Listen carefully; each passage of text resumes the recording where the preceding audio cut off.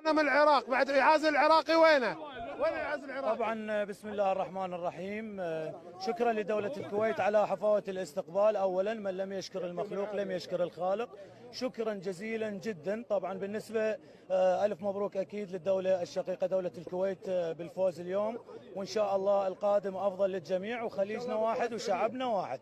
ولكن احنا بكل شيء ما نبالغ، ولكن نبالغ بحب العراق. نبالغ بحب العراق. عمي شو نقول؟ وصول بيهم يلا ايمن صول بيهم، انت الوحيد قوالك تأذيهم. ليش؟ لا صار تحدي سعودي.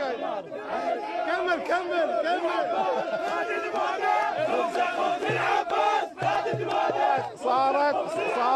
صارت ولعت بينهم.